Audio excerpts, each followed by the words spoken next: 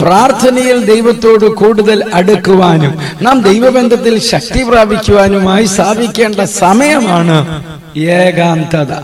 ശൂന്യത മാറ്റാൻ ദൈവത്തിന് മാത്രമേ കഴിയൂ. എന്തുകൊണ്ടാണ് ദൈവത്തിന് ഇത്രയധികം പേരുകൾ ഉള്ളതെന്ന് നിങ്ങൾ എപ്പോഴെങ്കിലും ചിന്തിച്ചിട്ടുണ്ടോ? സമാധാനത്തിന്റെ ദൈവം, ആശ്വാസത്തിന്റെ ദൈവം മുതലായവ. ദൈവം യഥാർത്ഥത്തിൽ സമാധാനം മാത്രമല്ല, അതിലധികവുമാണ്. വാസ്തവമായും കർത്താവ് നമുക്ക് തന്റെ പേരിൽ ഉള്ളടങ്ങിയവ നൽകിത്തരും.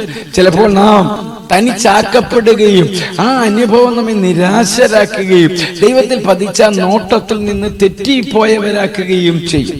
നമ്മൾ കർത്താവിൽ ശ്രദ്ധ കേന്ദ്രീകരിക്കുമ്പോൾ നാം ഒരിക്കലും ഒറ്റയ്ക്കല്ലെന്നറിയാനും മനസ്സിലാക്കുവാനും കഴിയും. എബ്രായർ 13:5 നിങ്ങളുടെ നടപ്പ് ദ്രവ്യാഗ്രഹമില്ലാത്തതായിരിക്കട്ടെ, ഉള്ളതുകൊണ്ട് തൃപ്തിപ്പെടുവിൻ, ഞാൻ നിന്നെ ഒരു നാളും കൈവിടുകയില്ല, ഉപേക്ഷിക്കുകയുമില്ല എന്ന് ദൈവം തന്നെ അരുളി ചെയ്തിരിക്കുന്നുവല്ലോ.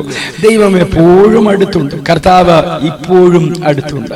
ദൈവം നിങ്ങളുടെ ജീവിതത്തിൽ തന്റെ ഉദ്ദേശങ്ങൾക്കായി പ്രവർത്തിക്കുന്നു. അതുകൊണ്ട് കർത്താവിന്റെ വിശുദ്ധ സാന്നിധ്യം നിങ്ങളുടെ മുൻപിൽ പോകുന്നതിനാൽ ദൈവം അകലെയാണെന്ന് ഒരിക്കലും കരുതരുത്.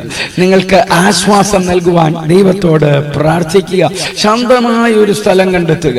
നിങ്ങളൊരു സുഹൃത്തിനെ പോലെ ദൈവത്തോട് സംസാരിക്കുക. കർത്താവ് നിങ്ങളെ തള്ളി മാറ്റുകയില്ല.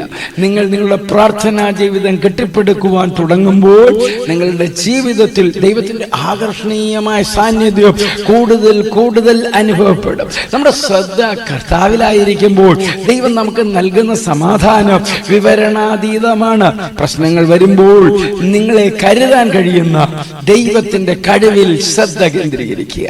ക്രിസ്തുയേശുവിലൂടെ ഓരോ നല്ല ദിവസം ആശംസിക്കുന്നു.